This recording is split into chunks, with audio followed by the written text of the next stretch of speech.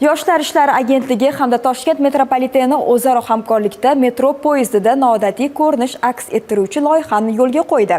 Unga ko'ra, ayni vaqtda Chilonzor yo'nalishida harakatlanayotgan bitta metro poyezdi yoshlarning vaqtini unumli o'tkazishni targ'ib etuvchi kreativ dizaynga keltirildi. Beshikdan to qabrgacha ilm izlari bejiz aytishmagan. Chunki bilim olishda uning vaqti yoki joyining farqi yo'q. Bizda turli ilm dargohlaridan tortib metropolitenlarda ham bilim olishingiz mumkin. Gap metro ichida odatdagidek kitob o'qib o'tirish haqida emas. O'zbekiston Respublikasi Yoshlar ishlari agentligi hamda Toshkent metropoliteni o'zaro hamkorligida bo'yalgan yangicha vagonlar haqida ketyapti.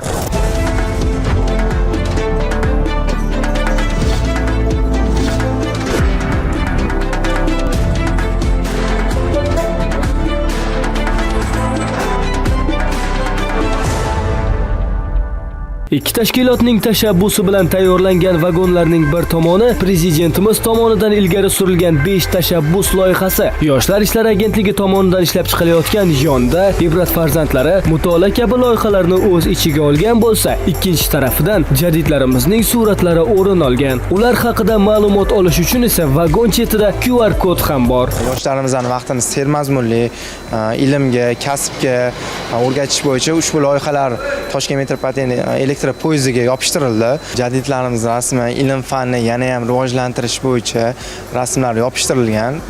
Sostavimiz yo'nalishda yurganda yoshlarimiz xuddi bu rasmlarni ko'rib, o'qish, mutolaa, ilm olishga yana ham o'zligini, shijoatligini oshirish bo'yicha qilingan loyihalar.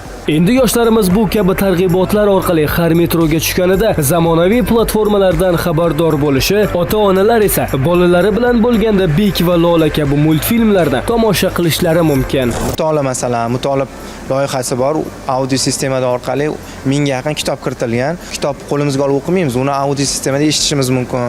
Ibrat farzandlari bor, unda til o'rganishimiz mumkin, ingliz tili, rus tili, turli xil tillarni o'rganishimiz mumkin. Chilonzor elektr deposida bitta poyezdimiz amalga oshirildi. Yana 3 ta poyezdimizni qilish rejamizda bor. Metropoliten tashkil topganiga 48 yil bo'lgan bo'lsa, qariyb yarim asr davomida ilk marotaba amalga oshirilgan loyiha bu. Toshkent metropoliteni davlat unitar korxonasi yoshlar borasida faqat bu bilan cheklanib qolmasdan, ish o'rinlari borasida ham ularga qulaylik yaratib kelmoqda. Tizimda 2021-yilgacha 30 yoshgacha bo'lgan yoshlar 905 tani tashkil etgan bo'lsa, 2025-yilda bu ko'rsatkich 3105 taga yetdi. Amalga oshirilayotgan bu kabi islohotlar esa yosh xodimlarning ilmiy salohiyatini oshirishda muhim o'rin tutadi.